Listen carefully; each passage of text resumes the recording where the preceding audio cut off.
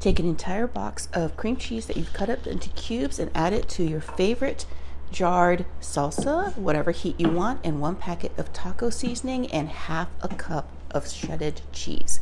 Mix it all together. And to that, you're going to be adding a pound of ground beef that's already been cooked and the fat and liquids have all been drained. But once that's all mixed together, put the lid on it and you're going to put it on low for 2 hours.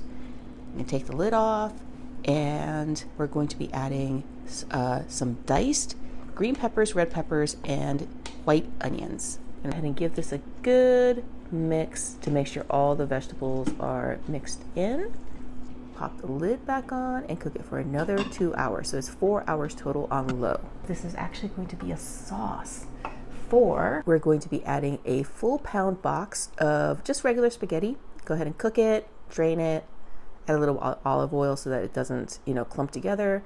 And we're just going to be adding that right into the crock pot. And then it's a matter of tossing it all together. This might be a little easier to do in a larger crock pot. I have the smaller round crock pot. Okay, so now that this is all mixed together, let's give this a little taste test. Oh, looks so good. I mean, Taco Tuesday is great, but kind of need a change once in a while. And we're gonna add a little bit of sour cream just on top, just like that. A little bit of chopped green onion goes on top like that. Isn't that pretty? Get all that together.